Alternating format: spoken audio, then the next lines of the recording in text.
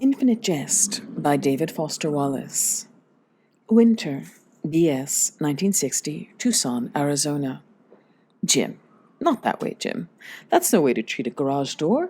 Bending stiffly down at the waist and yanking at the handle so the door jerks up and out jerky and hard and you crack your shins and my ruined knees, son. Let's see you bend at the healthy knees. Let's see you hook a soft hand lightly over the handle, feeling its subtle grain and pull just as exactly gently as will make it come to you. Experiment, Jim. See just how much force you need to start the door easy. Let it roll up, out, open on its hidden greasy rollers and pulleys into the ceiling set of spider web beams. Think of all garage doors as the well-oiled, open-out door of a broiler with hot meat in. Heat roiling out, hot. Needless and dangerous ever to yank, pull, shove, thrust. Your mother is a shover and a thruster, son. She treats bodies outside herself without respect or due care. She's never learned that treating things in the gentlest, most relaxed way is also treating them and your own body in the most efficient way. It's Marlon Brando's fault, Jim. Your mother, back in California before you were born, before she became a devoted mother and long-suffering wife and breadwinner, son, your mother had a bit part in a Marlon Brando movie.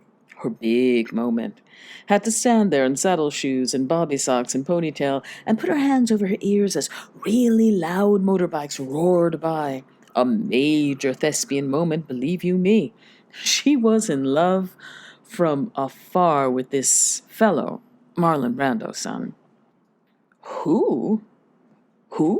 Jim. Marlon Brando. He was the archetypal new type actor who ruined, it looks like, two whole generations' relations with their own bodies and the everyday objects and bodies around them. No? Well, it was because of Brando you were opening that garage door like that, Jimbo. The disrespect gets learned and passed on. Passed on. You'll know Brando when you watch him, and you'll have learned to fear him. Brando, Jim. Jesus. B-R-A-N-D-O. Brando. The new archetypal tough guy, rebel, and slob type. Leaning back on his chair's rear legs, coming crooked through doorways, slouching against everything in sight. Trying to dominate objects, showing no artful respect or care, yanking things toward him like a moody child and using them up and tossing them crudely aside so they miss the wastebasket and just lie there, ill-used. With the over-clumsy, impetuous movements and postures of a moody infant. Your mother is of that new generation that moves against life's grain, across its warp and baffles. She may have loved Marlon Brando, Jim, but she didn't understand him. That's what's ruined her for everyday arts like broilers and garage doors and even low-level public park knock-around tennis. Ever seen your mother with a broiler door? It's carnage, Jim. It's to cringe to see it. And the poor dumb thing thinks it's tribute to this slouching slob type she loved as he roared by. Jim, she never intuited the gentle and cunning economy behind this man's, quote, harsh, sloppy, unstudied approach to objects. The way he oh so clearly practiced a chair's back leg tilt over and over. The way he studied objects with a welder's eye for those strongest centered seams, which, when pressured by the swiniest slouch, still support. She never sees that Marlon Brando felt himself as body so keenly he'd no need for manner. She never sees that in his, quote, careless way, he actually really touched whatever he touched as if it were a part of him, of his own body.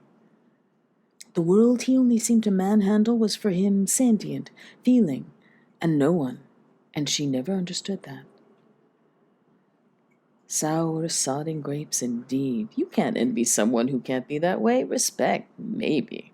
Maybe wistful respect at the very outside. She never saw that Brando was playing the coast, Jim. Is what he was really doing, Jim. He moved like a careless fingerling. One big muscle, muscularly naive, but always, notice, a fingerling at the center of a clear current. That kind of animal grace. The bastard wasted no motion is what made it art, this brutish no care. His was a tennis player's dictum. Touch things with consideration and they will be yours. You will own them. They will move or stay still or move for you.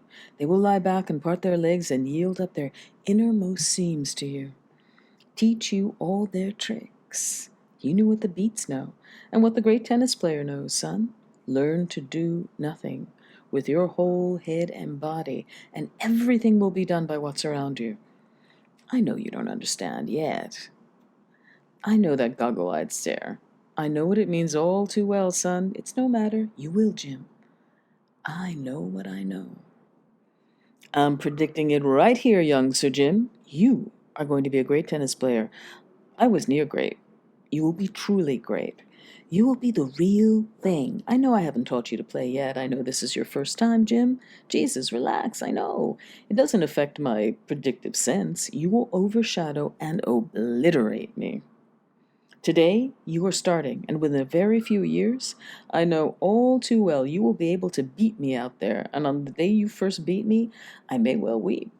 It'll be out of a sort of selfless pride and obliterated father's terrible joy. I feel it, Jim, even here, standing on hot gravel and looking. In your eyes, I see the appreciation of angle, a prescience ray spin, the way you already adjust your over-large and apparently clumsy child's body in the chair so it's at the line of best force against dish, spoon, lens-grinding appliance, a big book's stiff bend. You do it unconsciously. You have no idea, but I watch very closely. Don't ever think I don't, son. You will be poetry in motion, Jim, size and posture and all. Don't let the posture problem fool you about your true potential out there. Take it from me for a change. The trick will be transcending that over-large head, son. Learning to move just the way you already sit still. Living in your body. This is the communal garage, son. This is our door in the garage. I know you know.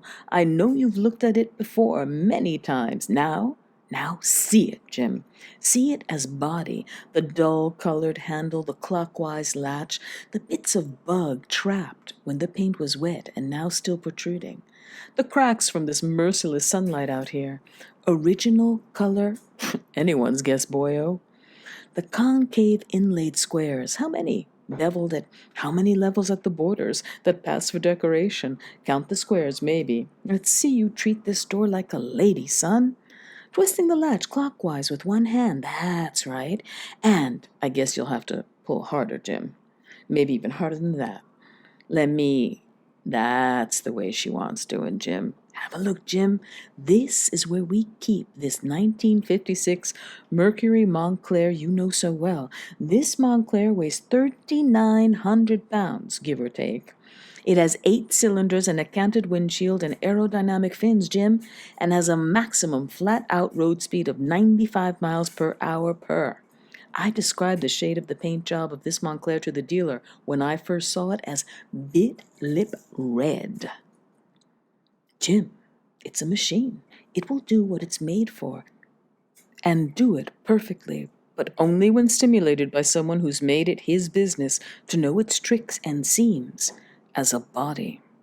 The stimulator of this car must know the car, Jim, feel it, be inside much more than just the compartment. It's an object, Jim, a body, but don't let it fool you, sitting here mute. It will respond, if given its due.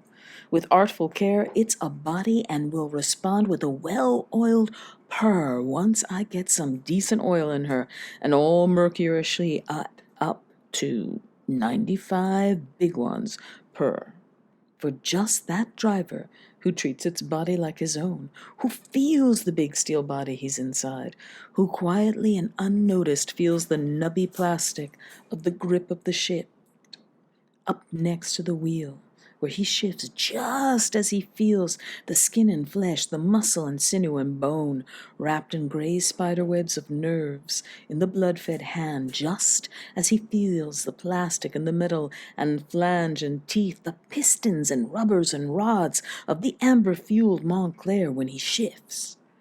The bodily red of a well-bit lip, parping along at a silky 80-plus purr, Jim. A toast to our knowledge of bodies, to high-level tennis on the road of life. Ooh. Son, you're 10. And this is hard news for somebody 10, even if you're almost 5'11". A possible pituitary freak. Son, your body, son. That quick little scientific prodigy's mind she's so proud of and won't quit twittering about. Son, it's just neural spasms.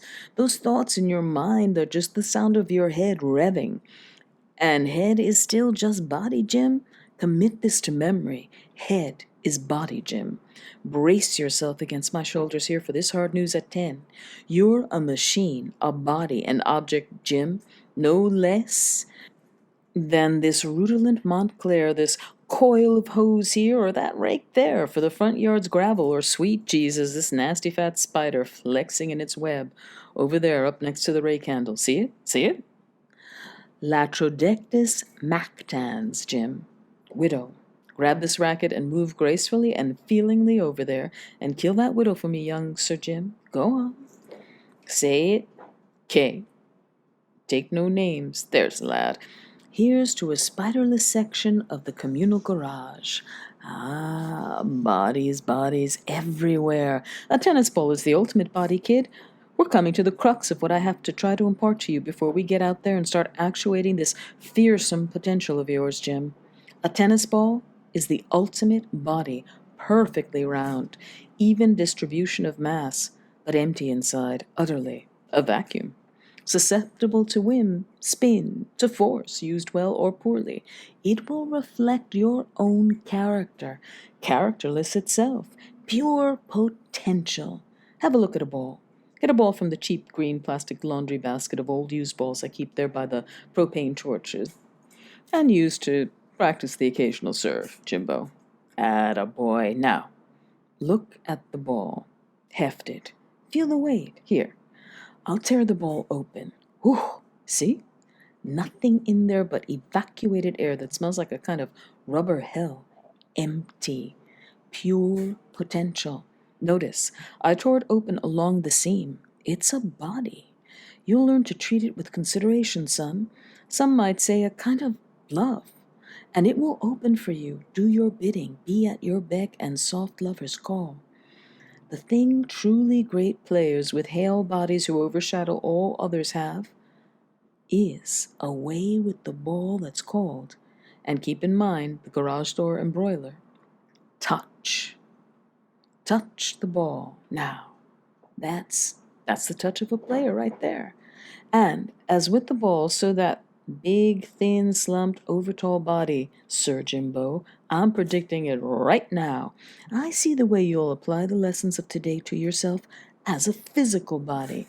No more carrying your head at the level of your chest under round, slumped shoulders. No more tripping up. No more overshot reaches, shattered plates, tilted lampshades, slumped shoulders, and caved-in chest. The simplest objects twisting and resisting in your big, thin hands, boy. Imagine what it feels like to be this ball, Jim.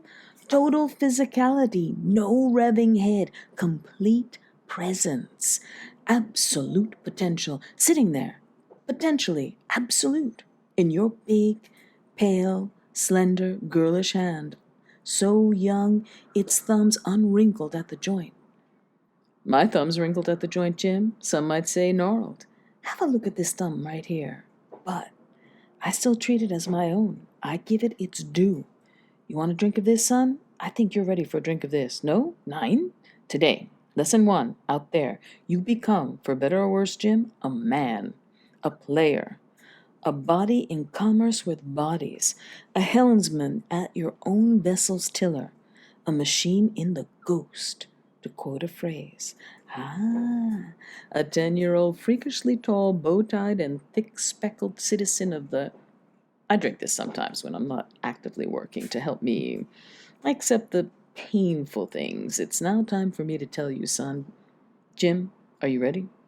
I'm telling you this now because you have to know what I'm about to tell you if you're going to be the more than near great top level tennis player I know you're going to be eventually very soon. Brace yourself, son. Get ready. It's gloriously painful. Have just maybe a taste. Here, this flask is silver. Treat it with due care. Feel its shape, the near soft feel of the warm silver, and the calfskin sheath that covers only half its flat, rounded silver length. An object that rewards a considered touch. Feel the slippery heat? That's the oil from my fingers. My oil, Jim, from my body. Not my hand, son. Feel the flask. Heft it. Get to know it. It's an object, a vessel. It's a 2-pint flask full of amber liquid. Actually, more like half full, it seems. So it seems. This flask has been treated with due care. It's never been dropped or jostled or crammed. It's never had an errant drop, not drop one, spilled out of it. I treat it as if it can feel. I give it its due, as a body. Unscrew the cap.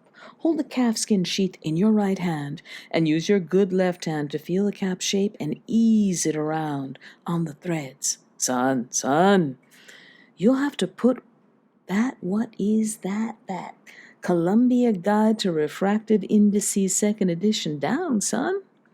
Looks heavy anyway. A tendon strainer. Fuck up your pronator teres and surrounding tendons before you even start. You're going to have to put down the book for once, young Sir Jimbo. You never try to handle two objects at the same time without just eons of diligent practice and care. A Brando like this, and well, no. You don't just drop the book, son. You don't just drop the big old guide to indices on the dusty garage floor so it raises a square bloom of dust and gets our nice white athletic socks all gray before we even hit the court, boy. Jesus. I just took 5 minutes explaining how the key to being even a potential player is to treat the things with just exactly the... Here, let me have this. My books aren't just dropped with a crash like bottles in the trash can. They are placed, guided, with senses on full, feeling the edges, the pressure on the little finger of both hands, fingers as you bend at the knees with the book, the slight gassy shove as the air on the dusty floor, as the floor's air gets displaced in a soft square that raises no dust, like so. Not like so. Got me? Got it? Well, now, don't be that way. Son, don't be that way now. Don't get all oversensitive on me, son. What I'm trying to do is help you. Son, Jim, I hate this when you do this. Your chin just disappears into that bow tie when your big old overhung lower lip quivers like that. You look chinless, son, and big-lipped. And that cape of mucus that's coming down on your upper lip, the way it shines, just don't. It's revolting, son. You don't want to revolt people. You have to learn to control this sort of oversensitivity to hard truths. This sort of thing. Take and exert some goddamn control.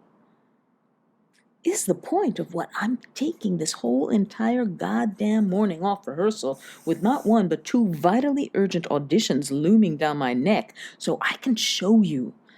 Planning to let you move the seat back and touch the shift and maybe even drive the Montclair. God knows you've feet of reach, right, Jimbo? Jim, hey, why not drive the Montclair? Why not you drive us over, starting today? Pull up by the courts, where today you'll... Here, look. See how I unscrew it? The cap? With the soft, very outermost tips of my gnarled fingers, which I wish they were steadier, but I'm exerting control to control my anger at that chin and lip and the cape of snot and the way your eyes slant and goggle like some sort of mongoloid child's when you're threatening to cry, but just the very tips of the finger here, the most sensitive parts, the parts bathed in warm oil, the world pads. I feel them singeing with nerves and blood. I let them extend further than the warm silver hip flask caps, very top down on its broadening cone, where the threads around the upraised little circular mouth lie hidden, while with the other warm, singeing hand, I gently grip the cap around on its silver threads. Hear that? Stop that and listen. Hear great care, a smooth barbershop spiral, my whole hand right through the pads of my fingertips. Less unscrewing. Here then, guiding, persuading, reminding the silver cap's body what it's built to do, machined to do. The silver cap knows, Jim. I know you know. We've been through this before. Leave the book alone, boy. It's not going anywhere. So, the silver cap leaves the flask's mouth's warm, grooved lips with just a snick. Hear that? That faintest snick, not a rasp or a grinding sound, or harsh, not a harsh, brutal, Brando-esque rasp of attempted domination, but a snick, a nuance. There.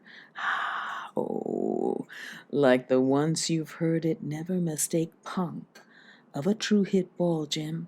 Well, pick it up.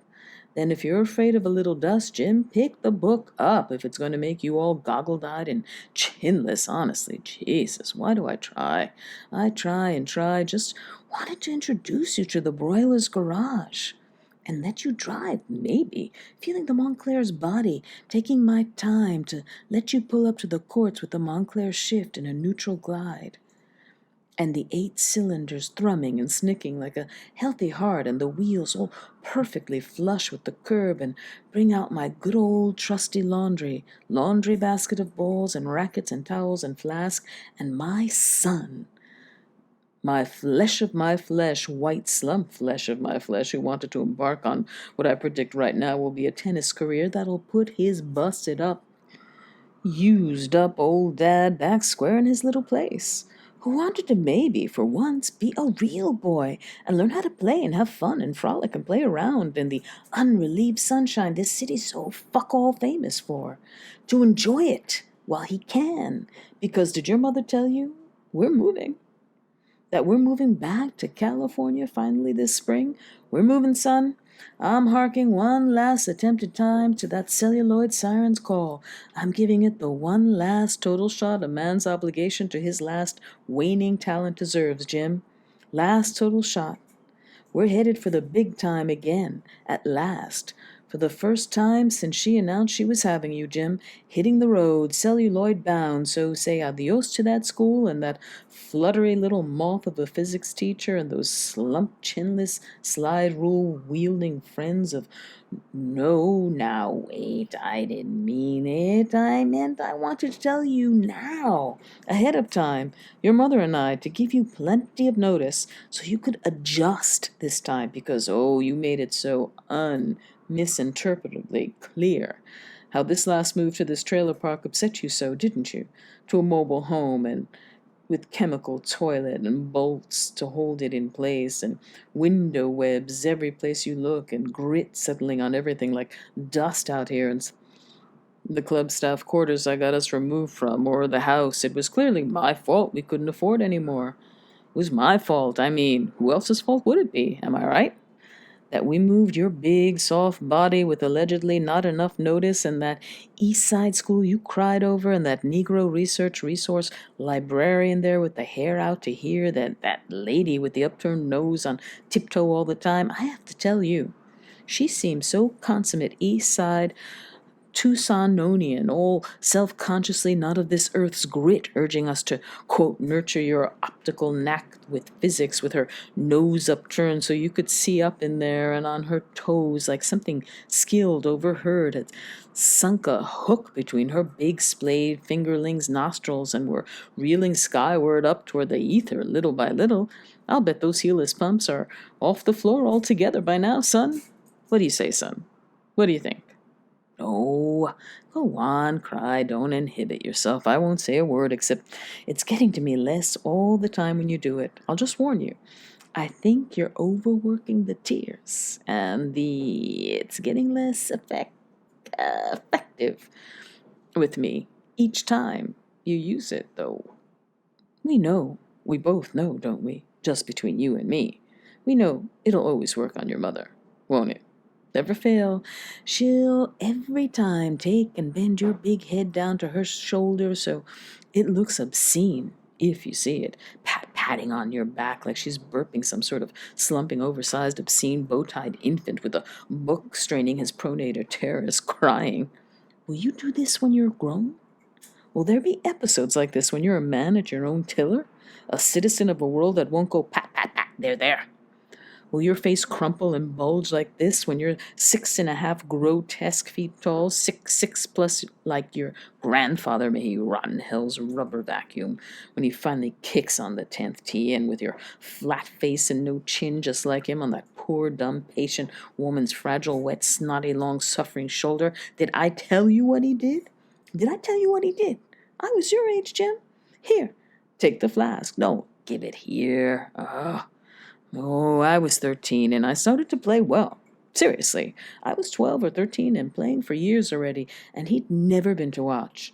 He'd never come once to where I was playing to watch, or even changed his big, flat expression even once when I brought home a trophy. I won trophies. Or notice in the paper, Tucson native qualifies for national junior championships. He never acknowledged I even existed as I was. Not as I do you, Jim. Not as I take care to bend over backwards. Way, way out of my way to let you know I see you, recognize you, am aware of you as a body, care about you, about what might go on behind that big, flat face bent over a homemade prism. He plays golf, your grandfather, your grandpappy, golf, a golf man. Is my tone communicating the contempt? Billiards on a big table, Jim. A bodiless game of spasmodic flailing and flying sod. A quote-unquote sport. Anal rage and checkered berets. This is almost empty. This is just about it, son. What say we rain check this? What say I put the last of this out of its amber misery, and we go in and tell her you're not feeling up to snuff again, and we're rain checking your first introduction to the game till this weekend, and we'll head over this weekend and do 2 straight days, both days, and give you a really extensive, intensive intro to a by all appearances limitless future. Intensive gentleness and bodily care equals great tennis, Jim. We'll go both days and let you plunge right in and get wet all over. It's only $5, the court fee, for 1 lousy hour each day, $5 each day. Don't give it a thought. $10 total for an intensive weekend when we live in a glorified trailer and have to share a garage with 2 DeSotos and what looks like a Model A on blocks, and my Montclair can't afford the kind of oil she deserves. Don't look like that. What's money? Or my rehearsals for the celluloid auditions we're moving 700 miles for. Auditions that may well comprise your old man's last shot at a life with any meaning at all. What's it compared to my son, right? Am I right? Come here, kid. Come here. That's a boy, that's my J-O-I. Of a guy, of a joy, of a boy. That's my kid in his body. He never came once, Jim. Not once. To watch. Mother never missed a competitive match, of course. Mother came to so many it ceased to mean anything that she came. She became part of the environment. Mothers are like that, as I'm sure you're aware all too well. Am I right? Right? Never came once, kiddo. Never lumbered over all slumped and soft and cast his big, grotesque, long, even at midday shadow at any court I performed on. So one day he came. Once. Suddenly. Once. Without precedent or warning. He came. Ha! Oh, I heard him coming long before he hove into view. He cast a long shadow, Jim. It was some minor local event. It was some early round local thing of very kind, with fine equipment and creased white clothing and country club lessons that still can't truly play, even regardless of all the support. You'll find you often have to endure this type of opponent in the first couple of rounds. This gleaming, hapless locks of a kid was some client of my father's son. Son of one of his clients. So, he came for the client. To put on some sham show of fatherly concern, he wore a hat and a coat and a tie at 95 plus. The client. Can't recall the name. There was something canine about his face. I remember that his kid across the net had inherited. My father wasn't even sweating. I grew up with the man in this town and never once saw him sweat, Jim. I remember he wore a boater and the sort of gregariously plaid uniform professional men had to wear on the weekends then. They sat in the indecisive shade of a scraggly palm, the sort of palm that's just crawling with black widows in the fronds, that come down without warning, that hide lying in wait in the heat of midday. They sat on the blanket my mother always brought, my mother, who's dead, and the client. My father stood apart, sometimes in the waving shade, sometimes not, smoking a long filter. Long filters had come into fashion.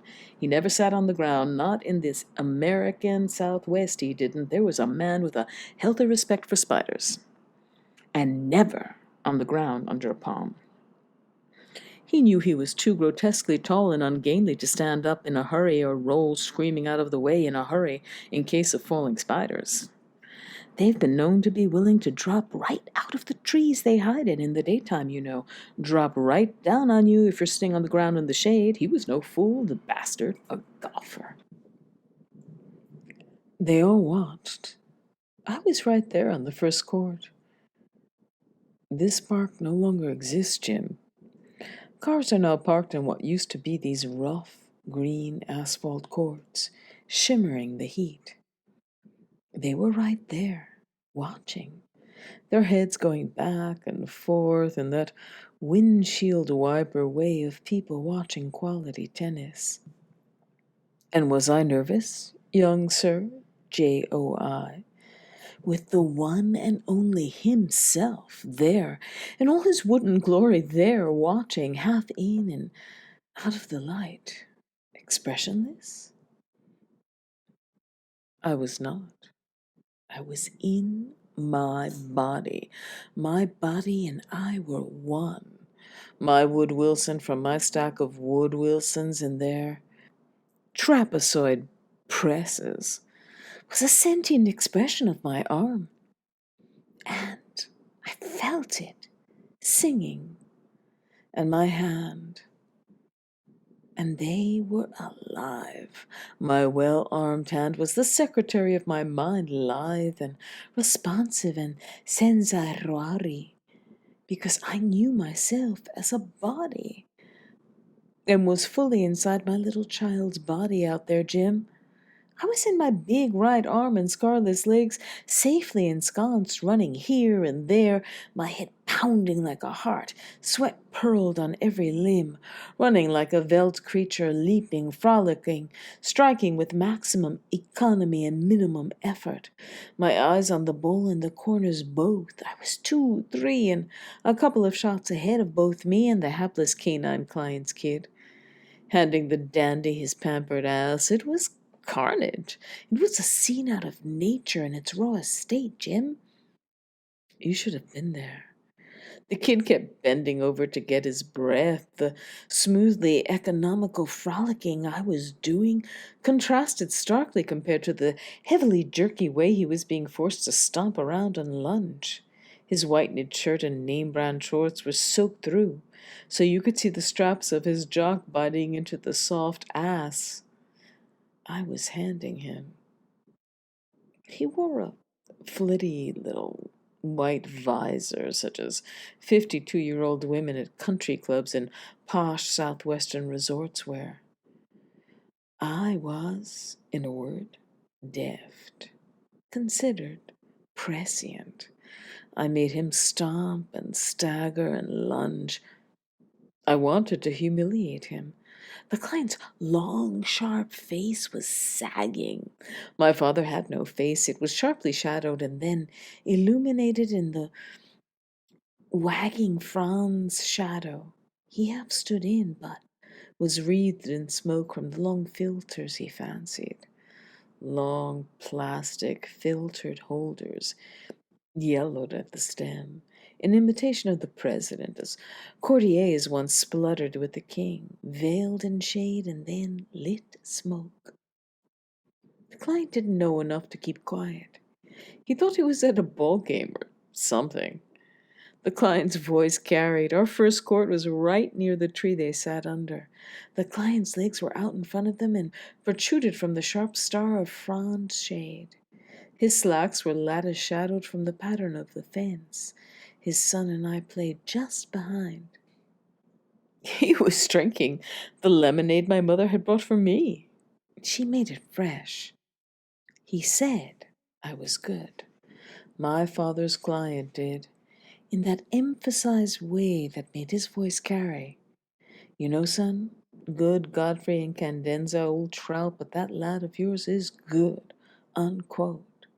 I heard him say it as I ran and whacked and frolicked.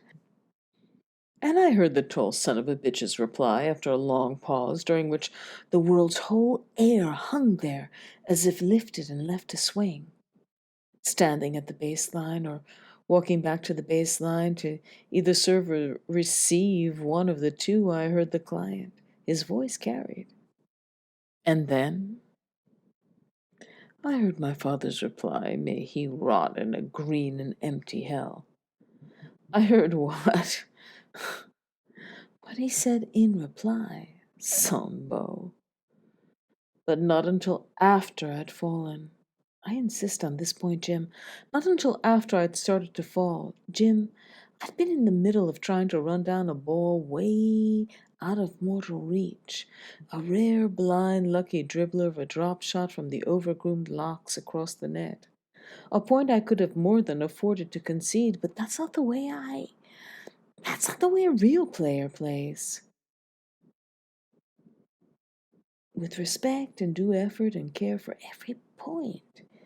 You want to be great, near great. You give every ball everything and then some. You concede nothing, even against Loxes. You play right up to the limit and then pass your limit and look back at your former limit and wave a hanky at it. Embarking. You enter a trance. You feel the seams and edges of everything. The court becomes an empty, unique place to be. It will do everything for you. It will let nothing escape your body. Objects move as they're made to, at the light, easiest touch. You slip into the clear current of back and forth, making delicate X's and L's across the harsh, rough, bright green asphalt surface. You sweat the same temperature as your skin, playing with such ease and total mindless, effortless effort and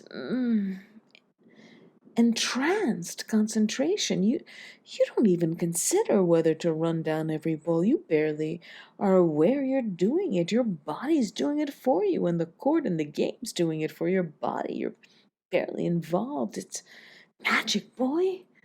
Nothing touches it when it's right. I predicted facts and figures and curved glass, and those elbow-straining books of yours, lightless pages, are going to seem flat by comparison, static, dead and white and flat. They don't begin to.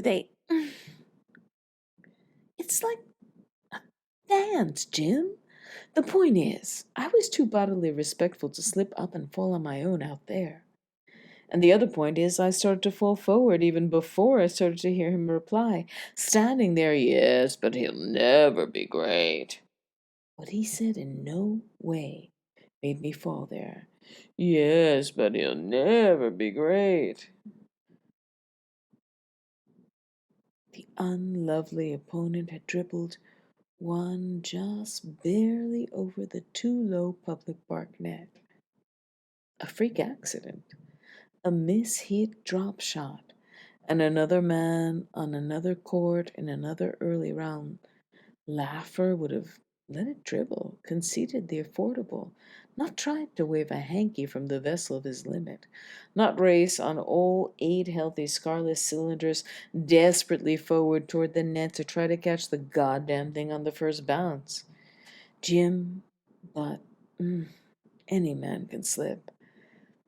I don't know what I slipped on, son.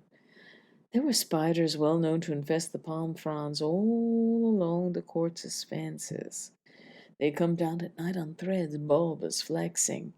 I'm thinking it could have been a bulbous, goo-filled widow I stepped and slipped on.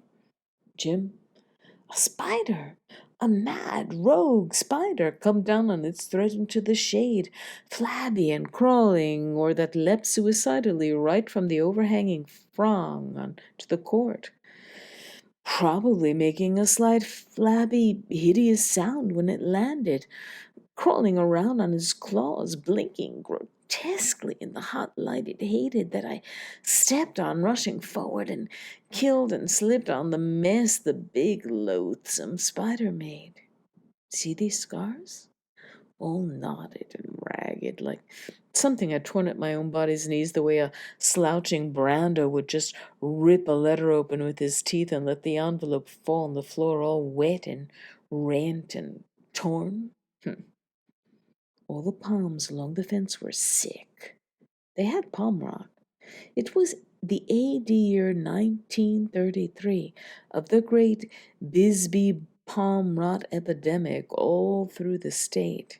And they were losing their fronds, and the fronds were blighted in the color of really old olives in those old slim jars at the very back of the refrigerator, and exuded a sick sort of pus-like slippery discharge, and sometimes abruptly fell from trees, curving back and forth through the air like celluloid pirates' paper swords. God, I hate fronds, Jim. I'm thinking it could have been either a daytime latrodectus or some pus from a frond. The wind blew cruddy pus from the webbed fronds onto the court, maybe, up near the net, either way. Something poisonous or infected, at any rate unexpected and slick. All it takes is a second, you're thinking, Jim. The body betrays you, and down you go, on your knees, sliding on sandpaper court. Not so, son. I used to have another flask like this, smaller, a rather more cunning silver something to it. The subject has never been mentioned between us. Not so. It was a foreign body, or a substance, not my body. And if anybody did betraying that day, I'm telling you, sonny boy, it was something I did. Jimmer, I may have well betrayed that fine, young, lithe, tan, unslumped body. I may very well have gotten rigid, overconscious, careless of it, listening for what my father, who I respected that man, Jim, is what's sick. I knew he was there. I was conscious of his flat face and Filter's long shadow. I knew him, Jim.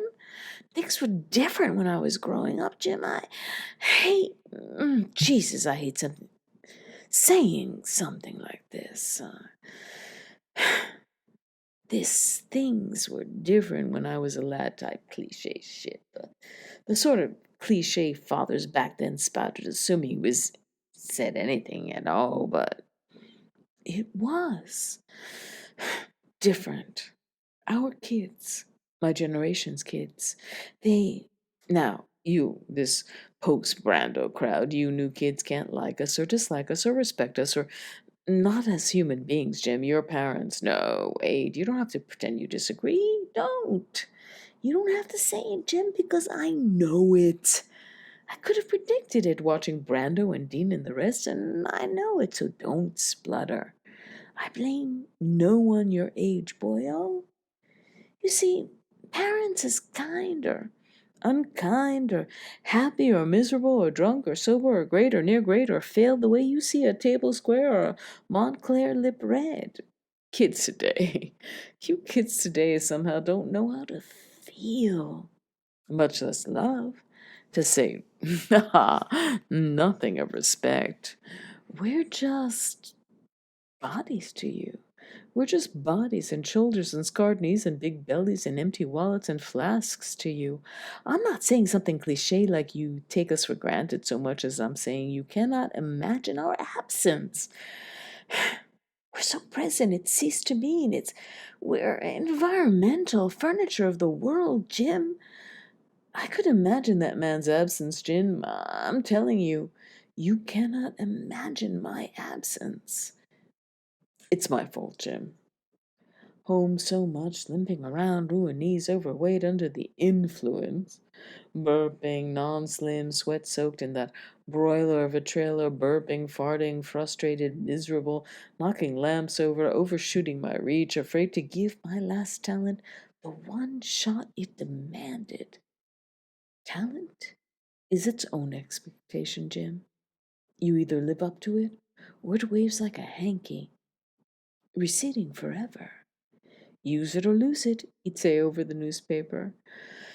Um, um, just afraid of having a tombstone that says, "Here lies a promising old man." Its potential may be worse than none, Jim. The no talent to fritter in the first place, lying around guzzling because I haven't the balls to. God, I'm so sorry, Jim.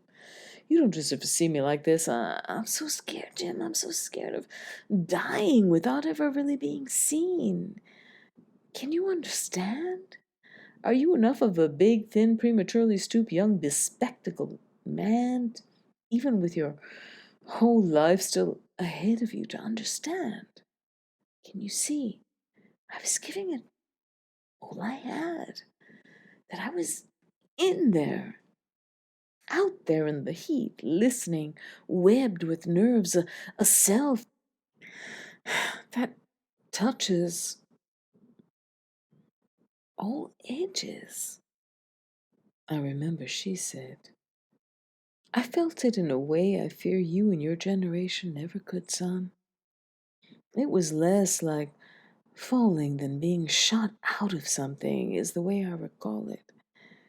It did not happen in slow motion. One minute, I was at a dead and beautiful forward run for the ball. The next minute, there were hands at my back and nothing underfoot like a push under a stairway, a rude, whip-lashing shove, square in the back, and my promising body with all its webs of nerves pulsing and firing was in full airborne flight and came down on my knees. This flask is empty. Right down on my knees. All my weight and inertia on that scabrous hot sandpaper surface, forced into what was an exact parody of an imitation of contemplative prayer, sliding forward. The flesh and then tissue and bone left twin tracks of brown, red, gray, white, like tire tracks of bodily gore extending from the service line to the net. I slid on my flaming knees, rushed past that dribbling ball, and toward the net that ended my slide. Our slide. My racket had gone pinwheeling off Jim, and my racketless arms out before me, sliding Jim in the attitude of a mortified monk in total prayer. It was given me to hear my father pronounce my bodily existence as not even potentially great. At the moment I ruined my knees forever, Jim. So that even years later at USC, I never got to wave my hanky at anything beyond the near and almost great, and would have been great if, and later, could never even hope to audition for those swim trunk and Brill Cream beach movies that Snake Avalon is making his mint on. I do not insist that the judgment and punishing were connected, Jim. Any man can slip out there. All it takes is a second of misplaced respect. Son, it was more than a father's voice carrying. My mother cried out. It was a religious moment. I learned what it meant to be a body. Jim, just me, wrapped in a sort of flimsy nylon stocking, son. As I fell kneeling and slid toward the stretched net, myself seen by me, frame by frame, torn open. I may have to burp belch, son. Tell me what I learned, son, my love, too late. As I left my knees meet behind me, slid, ended in a posture of supplication on my knees, disclosed bones with my fingers, racketless, hooked through the mesh of the net, across which the sop dandy had dropped his pricey gut-strong Davis racket and was running toward me with his visor askew and his hands to his cheeks. My father and the client he was there to perform for dragged me upright to the palm's infected shade where she knelt on the plaid beach blanket with her knuckles between her teeth, Jim, and I felt the religion of the physical that day at not much more than your age. Jim, shoes filling with blood, held under the arms by two bodies big as yours and dragged off a public court with two extra lines. It's a seminal religious day when you get to both hear and feel your destiny at the same moment, Jim. I got to notice what I'm sure you noticed long ago. I know. I know you've seen me brought home on occasions, dragged in the door under what's called the influence. Son, helped in by cabbies at night, I've seen your long shadow, grotesquely backlit at the top of the house's stair I helped pay for. Boy, how the drunk and the maimed both are dragged forward out of the arena like a boneless Christ. One man under each arm, feet dragging, eyes on the ether.